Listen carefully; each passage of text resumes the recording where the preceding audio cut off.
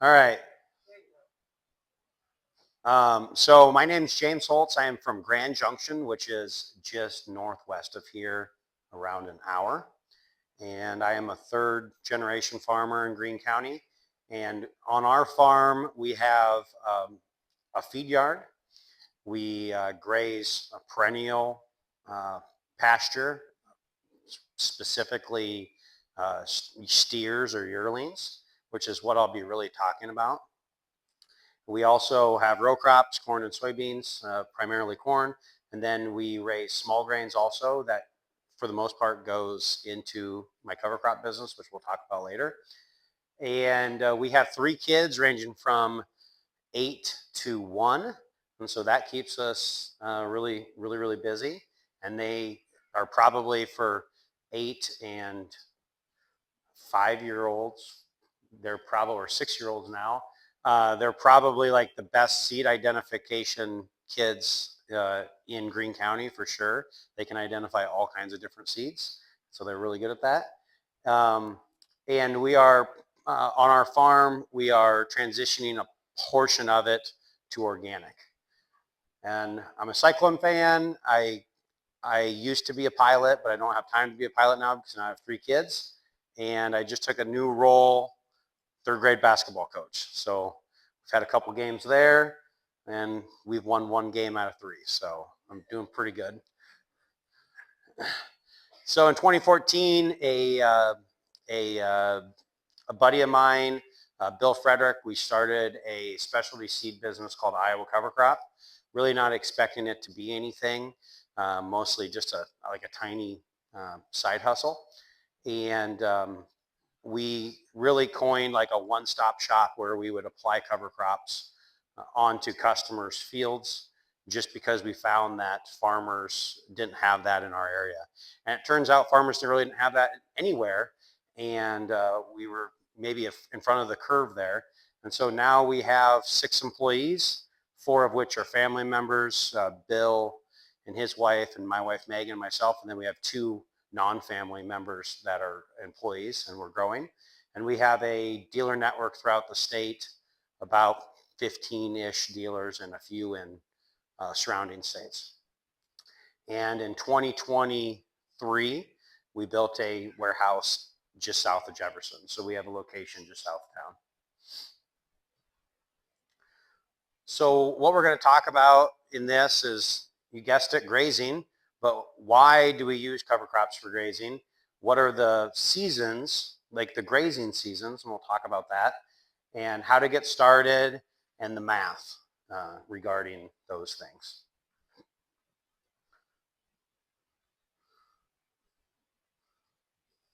So one of my favorite quotes is, if grazing isn't the answer, you're asking the wrong questions. I went to college, South Dakota State. I see a jackrabbit hat there. You got, there's 2, there's 3, Ben's over there. So 3 jackrabbits in the room. So we know who the 4 smartest people in the room are now. So that's good. And so I went to South Dakota State, which would be it's a land grant university.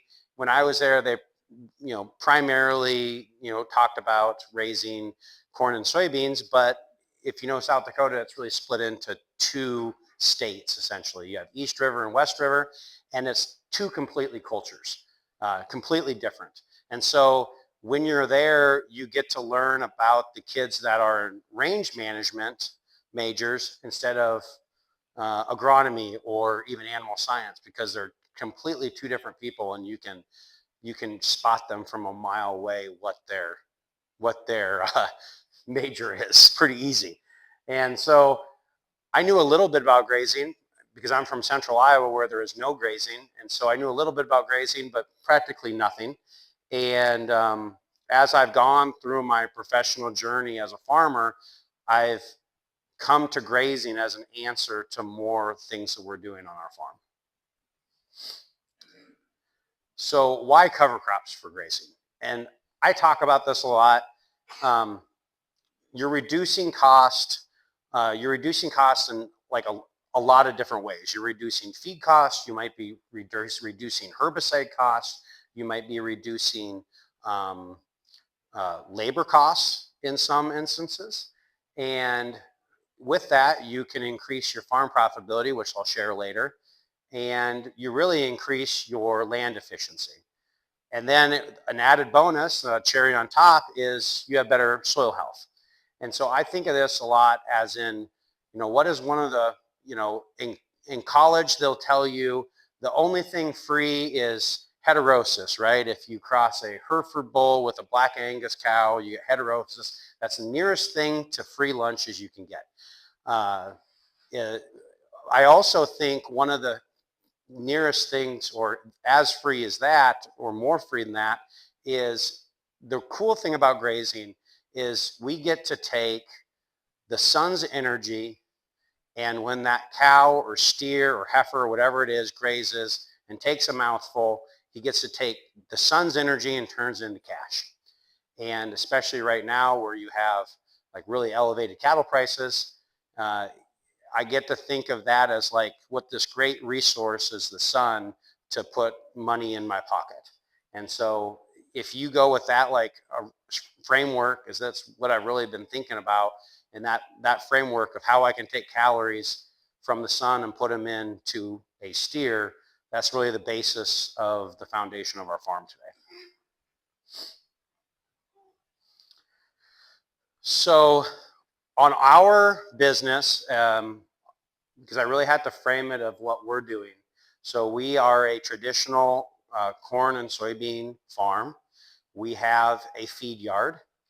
And in 2015, we purchased a pretty rough farm that we transitioned it all into perennial pasture.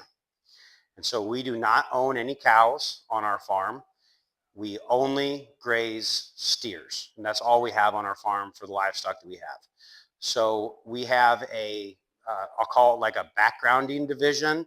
It's not really a division, but we buy lighter weight steers. We graze them on perennial pastures, and we feed on those pastures also. And when those steers are either ready, or if the grass is ready, we take them off of our perennial pasture and put them into our feed yard. We could take those lighter cattle and just put them right into the feed yard and feed them and grow them. But we've found that it's a much better system if we background steers on grass and graze on grass rather than put in a dry lot. And here's some reason why. So when those steers come off of grass, they're much greener. If you look at sales receipts across the nation, green cattle bring more money. Cattle in areas that don't have feeder cattle in areas that don't have feed bring more money. So a yearling steer in Wheatland, Wyoming, or in Fort Pierce, South Dakota, will bring a lot more than the same quality steer in Denison, Iowa. And that is probably because of the condition of the steer. He's thinner, he doesn't have as much feed in him, he is more bone and less fat, just that simple. So that's like the huge reason is you can keep cattle greener. You can also keep them a lot cleaner. If you put them in a dry lot and try to keep a calf clean in a dry lot, it is like nearly impossible, especially in Iowa. Like if people can do it, I see some videos of people doing it and I commend them because it's a lot of work to keep a calf physically clean. And if you look at sale barn receipts, cleaner cattle bring more money. It's just that simple. Also, on all the way to a packer, a cleaner fat steer is more palatable, and cattle buyers, packer buyers will buy them. So cleaner cattle make more money. Cheaper feed. So I'm one of the strange farmers who like really doesn't like farming. I don't really like driving a tractor, and I kind of get bored planting corn after the first like 45 minutes. And I just really don't like it. And some people love it and I don't. But I like farming, but not like driving tractor farming. And so the really fun thing about grazing cattle is it doesn't really require any tractors. For me, like the only equipment we have is a Ranger or a Gator that I can pack the kids into and we can watch steers. And so it doesn't really require equipment.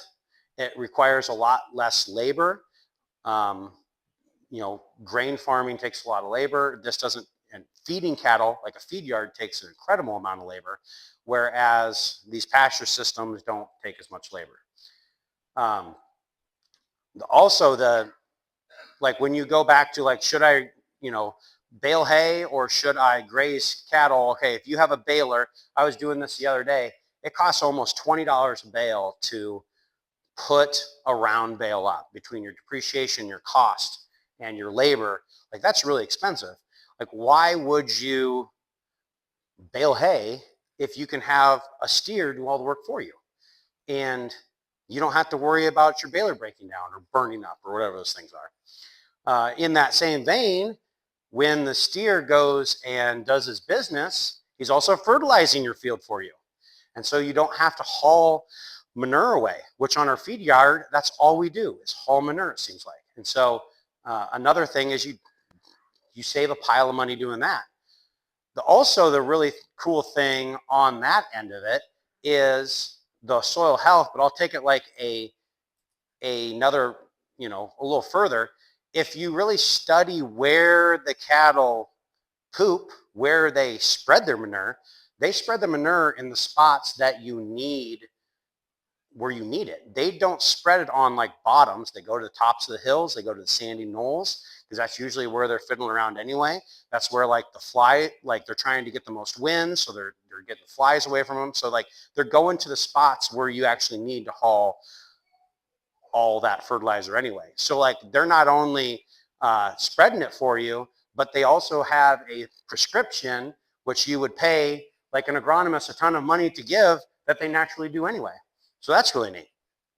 So like all those little things are hard to put a price on, but they amount to a lot of money of something it's not very tangible. It is tangible, but it's really hard to put a price on something like that. So I'm going to talk about like the grazing seasons that I use and what people use. There's really like, I kind of see them as 4 different grazing seasons. You have all these grazing seasons would have a cereal or a cover crop. Like these aren't grazing seasons for perennial pastures, but grazing seasons for introduced forage of some sort. So I really look at like a spring season. So a spring season is a rye, a wheat, a triticale, one of those that are greening up, or even an oat that are greening up in the spring. You are putting, in my case, I put yearlings out, so I put steers out, and we graze those, and we can graze them either into 1 to 2 time frames. We can either take them all the way into graze out, which is, and you're in the cattle business, you hear a lot about graze out wheat. Are the guys in Kansas and Oklahoma, are they going to graze out their wheat or are they going to pull them off? So you can take them in both ways. You can either put them, take them off before, usually like 1st of April, and then raise that small grains crop, or you can graze it all the way out and then plant a crop. One thing that I don't know a lot about grazing wheat, but they've been grazing wheat in Kansas and Oklahoma for forever. But what those people tell me is if you graze wheat, you get bigger wheat yields. And so if you graze it, you could get more yield.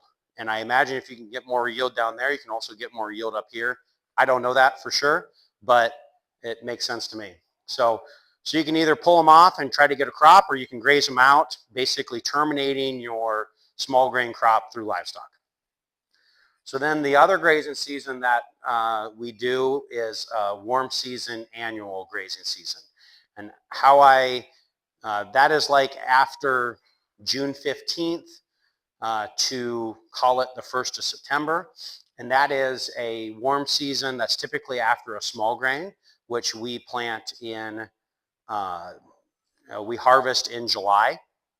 And so we graze, after we harvest a small grain, we'll put in an annual warm season mix. We'll graze that until basically we can't graze anymore because there's anything left. And so with the warm season annuals, you can do a lot of different things where you can graze them for a little bit, let them grow back, graze them again, rotate them. Really, the possibilities are endless on a warm season summer grazing period. Then you have the fall. I mean, that's the one that like probably gets the most focus for something like PFI. Stick your cows out on cover crops after you plant them and graze them, right? Like that's pretty common.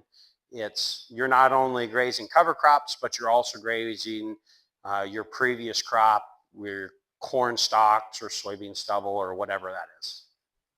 And then one that we've done very little of, but is very common in the West, is stockpiled forages, where you might plant a warm season annual in August and you let it sit and you let it grow up and you let it get terminated through the winter and freeze, and then you'll graze like maybe starting 1st of January. And so it's basically dead forages that you're grazing. So every one of these have a pro and a con of like what advantages do these grazing seasons have and what disadvantages do they have. A spring green up advantages is usually your cereals are the first thing to get green in the spring. So that's great for calving on. That's great if you got a bunch of calves you don't want to put in a dry lot, or you've been gathering in your yard, you can just stick them out on wheat or rye or whatever that is. They're also very cheap. And so like you put in a cereal in the fall, you're talking $30. If you can graze that in the fall and then back again in the spring, like that grazing is about as cheap of grazing as you can get. The disadvantage is it's a very short window. You might only have 60 days max, and sometimes it can be very poor quality forage because those aren't hardy grasses. They're very washy, they're very stemmy, so you're not going to get like great growth from those grasses. And it rains in the spring here, and so mud can be an issue. You can tear up your field pretty easily. That can be an issue in the spring. I think it's one of the harder ones to match. And when I talk about matching, I talk about how many steers can I put on this piece of property for the length of how long I want to have the steers on there. And so that's hard to match because a lot of times your cereals take off so quickly that sometimes you can't keep up with them. And so it's hard, like you'll have too many cattle on them, and then all of a sudden you'll flip a switch and then you don't have enough. It's really difficult to match. And there's not very many choices for seed. You basically only have 3 species: rye, wheat, triticale. That's pretty much it. And then on the cattle purchasing side, at least for me, you are competing against other places' perennial green up. So in here, if you're placing cattle in March on, rye, you're competing against Flint Hills grass, which those guys will pay more money than you will up here because they have a better, their grass is better than our graze out cereals. And so it's a tough time to kind of procure cattle because you have a tough competitor. Going into the summer, what are some advantages there is the summer annuals have huge yields. So you can plant things like millets, sorghum sedans, cowpeas. Your list of ingredients to put in a summer annual forage mix are probably 20 or 30 species. And you can get as diverse or crazy as you could ever think of. When you see those pictures of all the cattle grazing and all these different species, it's probably from a warm annual summer grazing mix because you can get really creative. Also, advantages is that crop can also be a nitrogen crop for your following year. So they're like on the cover crop end, everyone is wanting to put in a cover crop. that they can get nitrogen for their next corn crop. Well, the problem is when you put a cover crop in, it has to be in for at least to capture nitrogen. You probably need to get it in by at least the 1st of August. And it's very difficult to get a legume to get established by the 1st of August in a conventional corn soybean rotation to get nitrogen for the next year. But in a warm season mix, you can plant that. Let's say you harvested oats, you'd be planting that by July 20th. So it's really easy to get legumes started, or either an overwintering like a hairy vetch, or a like a cowpea or soybeans, or any of the legumes that are annual instead of overwintering. The disadvantage is these forages, the warm season forages, are poorer in quality. At least some of them are. Like if you look at the high yielding sorghum sedans and millets, they're not going to be like your top end nutritional value for the cattle. So you give up tons for quality. And then they're really rain dependent. If you don't get rain, they don't grow. That's just that simple. And then you're in the time frame, July and August, where you could either luck out and get a really good grain and get a really good growth, or you're not going to get anything. But at the same time, those species are also very drought tolerant. So they don't take a lot of rain to get a crop. And then a huge one for warm season annuals is some species can get prussic acid after a freeze, which has to be managed so you don't kill your cattle, which is pretty important. So that's some advantage and disadvantage each one. In the fall, I look at cover crops and corn stalks or any crop aftermath is basically free. You've already taken a corn crop off, you've already got your primary crop off, so you're getting a free grazing out of that. That's the advantage. Again, you don't have a lot of options because you have to mostly use cereals, and cattle availability in that time frame in the fall is really easy because everyone's weaning calves and are really busy, so you can buy cattle at those time frames. But it's also a short duration, and if you don't get it seeded and get rain, you're not going to get a good crop. And so, and there's not that many choices for seed. So and then the winter stockpiled forages, I put that in as a grazing season because it truly is, but it can be any one of either summer or fall of what those stockpiles could be. So you could stockpile rye, or you could stockpile sorghum stand grass.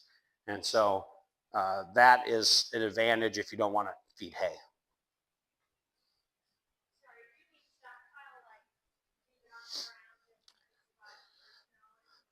Yeah, stockpile as in you plant it and you don't do anything, and then it freezes and dies, and then the cattle graze it. Yeah. Yep. And so in the West, that's pretty common. They talk about stockpiled pastures where people won't graze all summer, and then they'll stockpile their pasture for the winter, and that's their winter pasture, which is something that does not happen in Iowa. Getting started, well, let's just say, let's take the cattle, buying the cattle is obviously you have to have that to get a graze, or sheep, because this is the same, a ruminant's a ruminant, same basic principle.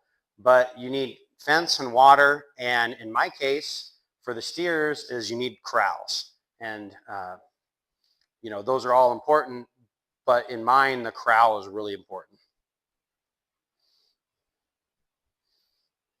Oh gosh. I don't know. Okay.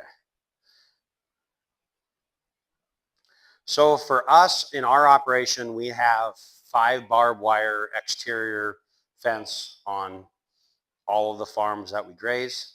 A lot of them are cross fenced into different paddocks and different, our perennial pastures into different paddocks, but our cover crops and our like crop residue is just one big primary fence. And all of our farms either have well water or We're lucky to have Xenia rural water on a lot of farms, so we have water on all of our tracks, and so we use that there. Another cost is cattle, which is the big cost, and right now it's a huge cost. And but that's like your, you know, that's how you can make money off these things, because ruminants are really amazing and they can convert things that no one else can convert into lean, nutritious beef. And so cattle is a huge expense. And then seed and application is an expense. That is a pretty small expense in the grand scheme of things. And it's also an expense that you can typically get cost share monies from. So in my example, when we do the math here pretty soon, the seed and application, if you go against the cost shares that we receive, that's actually a profit center. We made a little bit of money on seed in our cover crops. Labor is a cost, whether you're doing it yourself or hiring it out. Like you have to put a dollar amount on your own time. And a huge one is interest and depreciation. Depreciation isn't really that much of an issue, because in this system, the only thing that can depreciate is your four-wheeler to check it and your fence, which depreciates at a very low level over a long period of time. Interest is the huge expense. And then the one that hurts and feels the worst is death loss risk, or death loss costs. How many cattle are going to die while you're grazing them? So the risk of grazing is, is death loss is probably the biggest risk, along with the market. But death loss risk is sometimes controllable, but sometimes not controllable, just because of the weather that exists at the time and your timing of purchasing cattle. And so weather and death loss and illness are all kind of tied into one. You can have the best protocol in the world, and you can buy the most bulletproof cattle in the world, and if you hit the wrong time frame on weather, you can still have illness and death, just the way it is. And then market risk. I don't see market risk as a real risk, because you can hedge a market. We're selling all of our steers into mature feeder cattle markets, so I can use futures, I can use LRP, I can use forward contracting. And so market risk is there, but you can offset that risk. Any questions before I talk about what we did on our farm? You'll have questions after this next slide. So here's kind of the example of how I go about thinking about buying steers and grazing cover crops and summer annuals is, what can I make on the value of gain? So if I'm buying about a 600 to 700 pound steer. I am taking him off around 9 to 950 pounds. And in between those 2 points, what is the market going to pay me to put that gain on? So I used an example from Denison Livestock on earlier when I was putting this presentation together. On the 2nd, they traded some 650 pound steers. They brought 295. At the time, feeder cattle futures were trading at 265, so at a $30 basis. So I bought that 650 pound steer theoretically, and now I'm going to sell a 950 pound steer in roughly 3 months.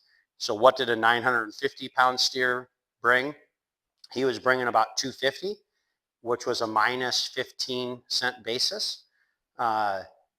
Now you can say that you're selling them 3 months in the future, so there's differences in prices in the future, but right now feeder cattle futures are pretty flat, so there's really not that much difference between feeder cattle now and feeder cattle in April. So you're selling an animal, you're buying an animal for $1,917 and you're selling it for $2,350. So For about 110 days, you're going to put on 300 pounds. We're getting our steers to gain between 2.7 and 3.1 on a, and we'll show an example on this system where we're feeding them some. So if I buy the steer for 19.17, sell the steer for 23.51, put on 300 pounds, I'm getting paid $1.52 per pound of gain. So as long as my costs are less than $1.52 per pound of gain, I make money. So that's where my value gain is. So I look at that almost every day of what is the market paying me to put on weight, and can I beat that price with my costs? Any questions of value gain? Because that's like one of the most they also that didn't teach me value gain at Iowa State. I don't even know if that's a real word. I think I just made it up, a real term, but I talk about value gain all the time. But that's really important in our operation. So this is an example that we did on our farm this last year. We raised hard red winter wheat on our transition organic farm. We planted hard red winter wheat. It yielded 65 bushels an acre. I probably have an average sales price of about $5.50, $6 an acre. I baled the corn, or I baled the straw, and so we planted it in September. We harvested it in July. Got that 65 bushels an acre off that farm. We baled the straw after we harvested it, right after we harvested. It was about $100 an acre worth of straw. Then 10 days after harvest, we planted a diverse cover crop mix. That mix, because I own Iowa cover crop, it was a little bit of what have we not sold that I need to throw out there to clean out the warehouse. There's probably some things I would not, if I was actually buying the seed, instead of trying to get rid of the seed, or some things I wouldn't put on. So that diverse cover crop was sorghum sudan, Japanese millet, cowpeas, soybeans, turnips, crimson clover, buckwheat, radishes. What else am I missing? Hairy vetch. I think a bag of common vetch because we hadn't sold it in a long time and it was way out of date. So like very diverse set of cover crop mix. Right after it, we needed to clean some pens, so we spread it. Not really I recommend doing it, just what we had to do at the time.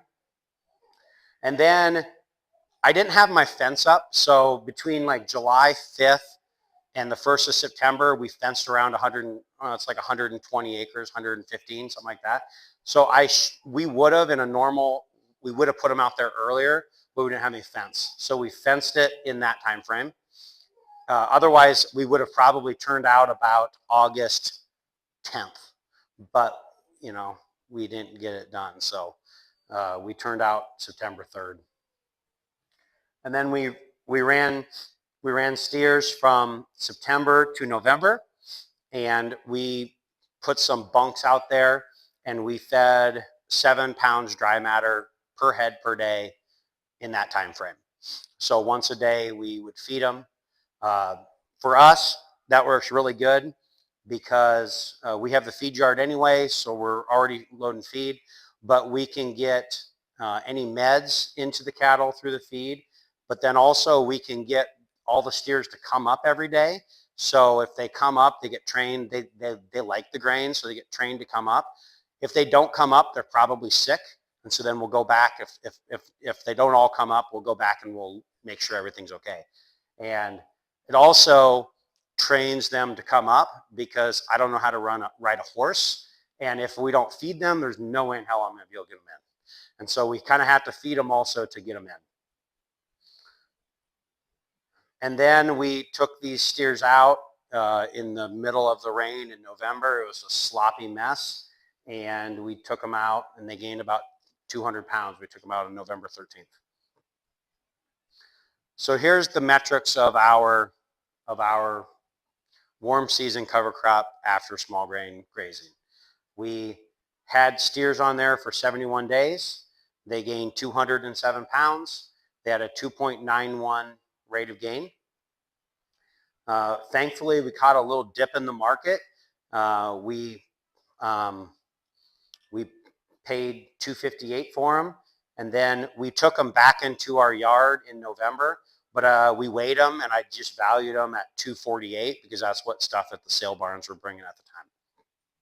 So the value again was $2.12 in that time frame. And if you compare that to now at Denison Livestock, it was $152.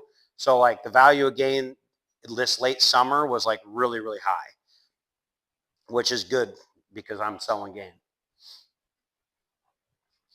So here is our P&L on, this is a per head P&L. We have our income in the top of $23.53. I put the cost share as an income just so I can show that it's seeding doesn't cost anything. And then on the expenses, we have the cattle, we have the feed. We lost about a little over 1%, so death loss. Vet charges, I just put a blanket number. That's probably really high. The cover crop, the fence, I actually know exactly what my fence cost because we did it the previous month, and I divided it over the amount of cattle over 20 years, and that equaled $3.70 per head. But as you know, fence lasts longer than 20 years, but I need to get a number there, so that's what I came up with. I put utilities down because I'm pumping some water. It probably wasn't $5 a head, but we put something down. And then the biggest one is interest on those cattle. So but in that 71 days, we made $308 per steer. We had a stocking rate of 2.6 to 1. So we had 270 some steers on 112 acres or something like that, which is, if you put it into acres, is $802 per acre.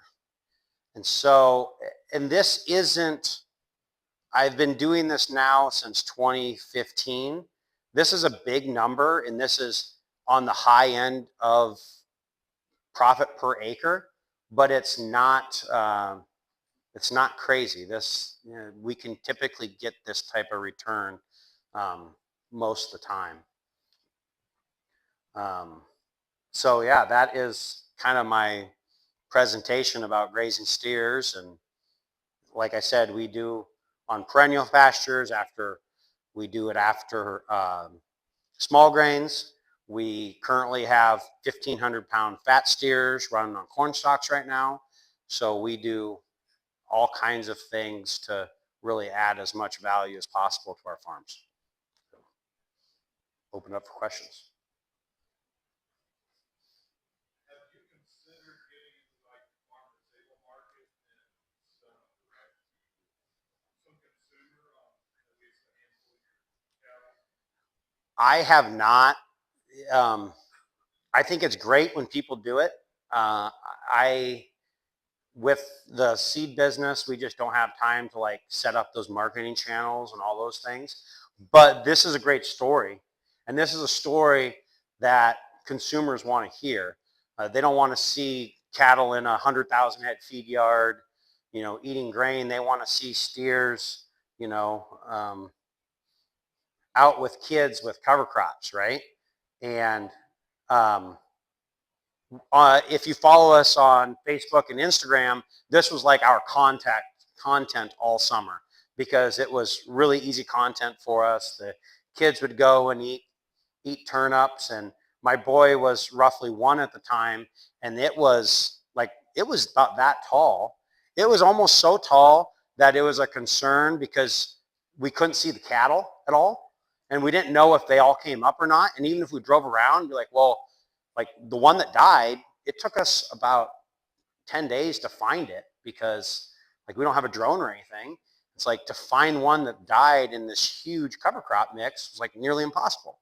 And so my boy was 1, and we'd set him down, and he would be terrified because, you know, he's like that tall and the cover crop's up here, and he's like he's in a jungle. But it's a great story that is easily told, and anyone could be utilizing that for direct marketing, but we're not doing it today. Yeah. Go ahead. Have you ever run those numbers, your profit numbers versus beef? Like, Oh yeah. so, Yeah. So, yep. So if I take that steer and I split them and I put one into this system and one into a dry lot system, my outweights will be almost 100 pounds less, just because in the grazing system, they're getting so much more skeletal frame. They're not getting as fleshy as quickly. Also, I'll get better grade, like quality grade from my grazing systems. And the reason is because I'm slowing them down on the front end and I'm selling an older steer than if I would push them on the front end. So like, I can't say I've like split them like exactly and done a scientific experiment, but it's way better. And then health in like feet and joints is health on the steers on the grass is way, way better than the health in the feed yard, which makes 100%. My dad always says the best meds is green grass, right? If you put a steer out on grass, he gets along way better and does not get as sick than if you put it into a feed yard. And that's no different than my 1-year-old. He's at home, and then when he goes to daycare, what happens, right? He gets sick. And then who else gets sick? My wife and I get sick. And this, like all this happens, and it's no different than the cattle. Yep. so can you do this grazing so that you always have cattle? So you take a break in the wintertime and talk about stockpile and forage? Yeah, so Buy cattle and make the system work any time of the year?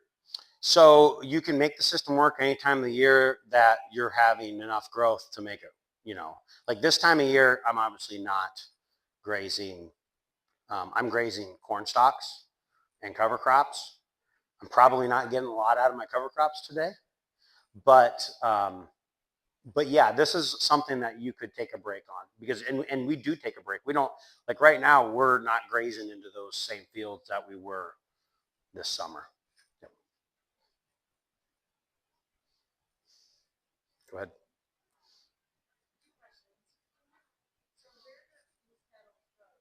Mm-hmm. Mm-hmm.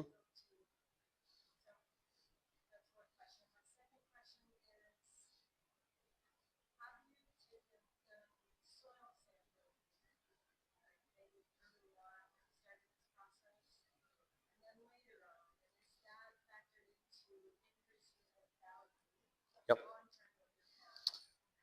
I wish I would have done that, but I was so enthusiastic when I was in my 20s and I did not, especially on like our perennials. On this, so this example I just gave right here, we do have baseline soil testing, but I'm on this is year 1. I'm on year 2 since we purchased the farm.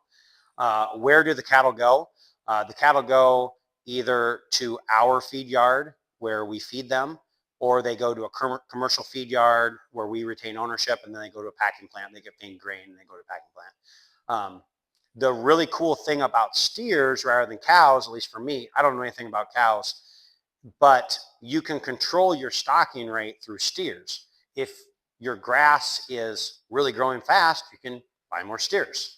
If your grass is burning up, you can sell them or, pull them off and take them to the feed yard. And so like, that's what we're doing anyway. Go ahead. Yeah. Yep.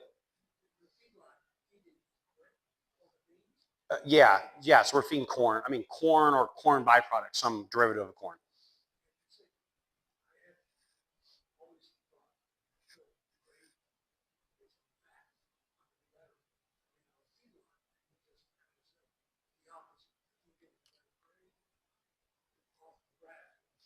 Yeah. Yeah. So what I am meaning by that is I'll repeat the question. we're feeding all like we're feeding grain products, and the question is why is your grade better on something that comes off grass rather than through the feed yard? So roughly, these cattle all have about 200-ish days on feed by the time I purchase them to the time they go out as a packing plant.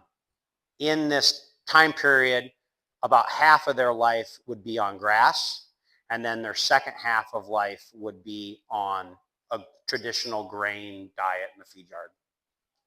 And the reason that the ones that are higher quality through the grass system is because they're older.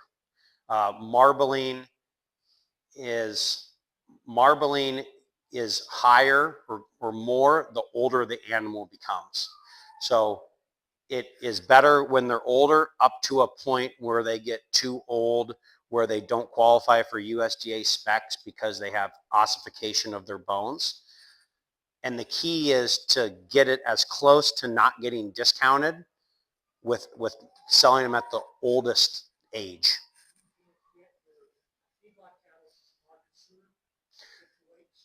The feedlot cattle go to market sooner, but they put on the gain so much faster in those first 100 days that they actually hurt their quality grade. Yeah, it's a little confusing, but age is the reason, not so much corn, because the only way to get marbling is corn in that short period.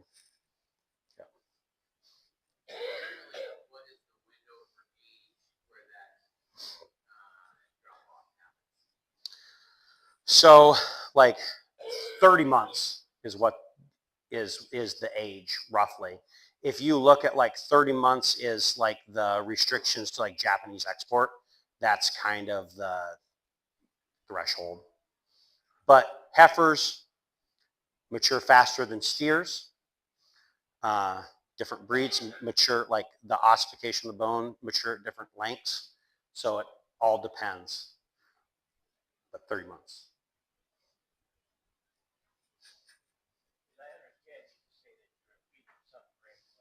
Yep. So we're feeding about 7 pounds dry matter, depending on how much grass I have. So I'll feed less grain when I got a lot of grass and more grain when my grass is running out. Sometimes I have to feed more grain because I need to get them through because I don't have a pen for them in my feed yard. But it just, 7-ish pounds per head dry matter. Yep. Yeah, we feed mostly just, we feed a diet that is cracked corn, rolled corn, and a modified byproduct from the ethanol plant. It's pretty.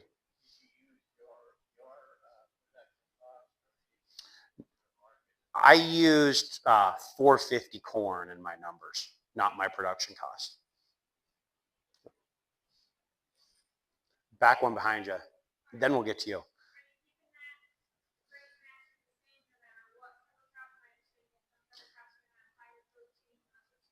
Yeah, I haven't really. It's the same one. It doesn't really matter. I'm sure I could probably be better at that, but I'm not. Well, I mean, a dairy cow is, I mean, you guys are way more detail oriented than us. So you can probably like tell the difference of like rolled corn versus cracked corn in a diet like that. Yeah, probably. Go ahead. Yep. Mhm. Yep.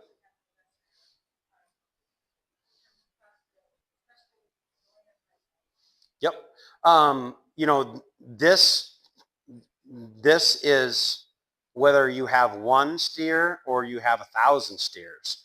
And so I think this is one of the few opportunities in young people doing it because it's labor intensive to build the fence because you assume that there's no fence and you're competing against a different person.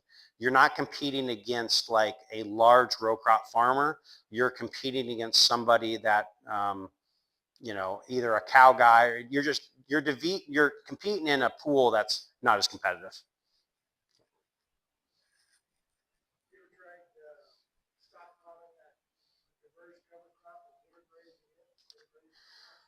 Not yet, but I think we will do it in the future.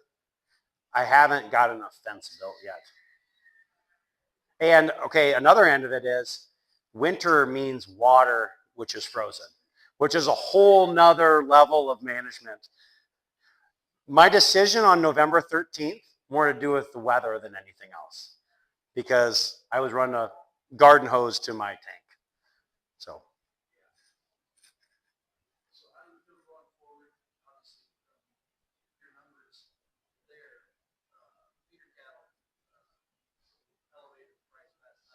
Yeah.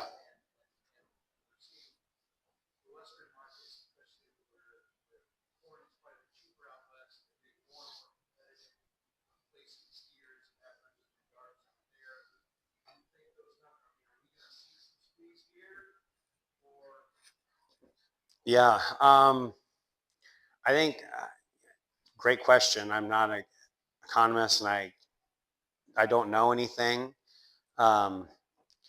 But typically the spreads, especially on these feeder cattle, to take a 6 weight to a 9 weight, have actually been pretty consistent. Maybe those, because they're at higher levels, it's not so much per head, but the value of gain percentage versus if you just put them in a feed yard, it's kind of the same. Not that much different.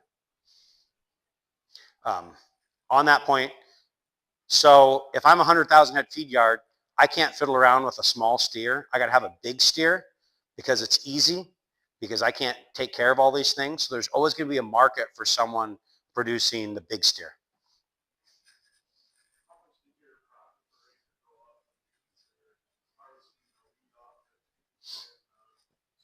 Yep. The farm, I think I did this, like just the farming end of it, it made like $100 an acre, not even 75. So like all my profit was on the steers. If I didn't have the steers, we wouldn't have made anything.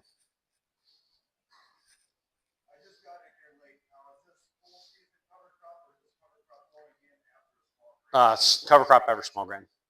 Yep.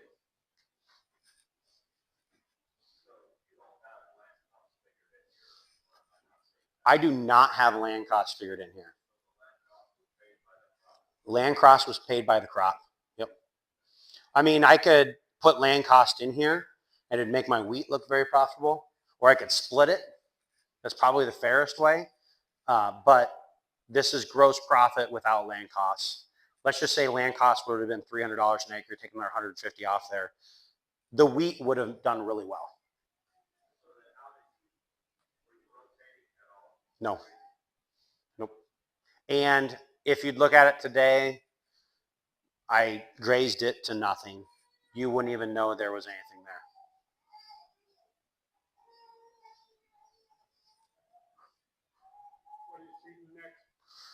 Corn.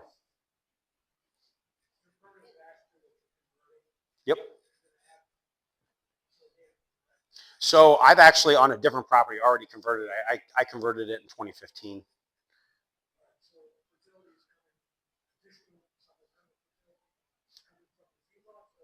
Yeah. So on that, we use urea for fertility on our permanent pasture for nitrogen. We're also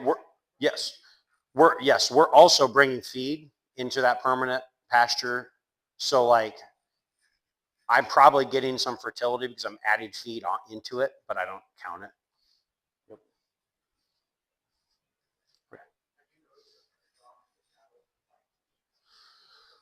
Yeah. Is there a cover crop that the cattle don't like to eat? They don't like radishes. They don't like hairy vetch that much. They really like cowpeas. They don't like soybeans as much. They hate sorghum sudan. They just eat the leaves. They don't eat the stalk. Yeah, the millet. Oh, I just had sheep conventional, so I don't know. The millet, they were kind of ambivalent on. Great question though. They like the turnips. They eat the turnip tops. And then one day I went out there and there was like the whole field was just had turnip balls. They popped them all out. Except, like every toddler, they only eat one bite out of the turnips and then they leave them.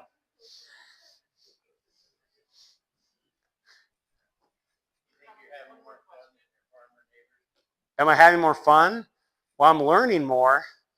They think I'm crazy. Oh yeah, that's a given. Yeah. I'm having fun. Yeah. Yep. One more right there. You know, I was waiting for that question. I was waiting for a second question. Compaction going into corn. No. And I've been grazing corn stalks forever. And my farms that I graze corn stalks are always my top yielding farms. And I think it is a complete fallacy. The other question I was expecting was cost of fence. Well, the fence is so expensive. How can you get past that? And I actually prepared a chart for that, which I'm really proud about. Yeah, so I'm going to say it. So I compared the cost of a T-post in 1980, if you'd buy a T-post in 1980, to gold and silver. And the green line is if you would have invested in a T-post in 1980, and the silver line is silver and the gold line is gold. And so after I did this chart Tuesday night, I said to myself, I need to relook at all my investment ideas because T-posts are actually a better investment. In 1980, a T-post traded for $1.55. So I was laughing. I showed this to a friend of mine, and he's like, well, now you can get equip money to put in fence. It's like the government's paying you to buy gold. It's like no different, really. So when everyone says fence is too expensive, it's actually a great investment. Because you see at the farm sales, a stack of T-posts costs the same at the farm sale as they would if you go in to buy them. So that was my chart. I thought everyone would get a kick out of that. One more right here. No, I'm a horrible scientist. Nothing. No. This is the first on this one. I mean, on my cover crop fields, like my row crop, anecdotally, yes, I think I'm getting more water holding capacity. It's so hard to tell, especially now where we get like no rains and we get 10-inch rain. It's hard, like, your memory is tough. It's like, well, the last time we had that big rain, where was the edge of the pond or whatever that is? Yeah, I haven't really been able to tell. Yes. So on these farms, they're kind of poor farms. My organic matter is in like the 1.5 to 3 range, and I want to get them closer to 5. On my good farms where I've been grazing corn stalks, they're in the 4s to 5s.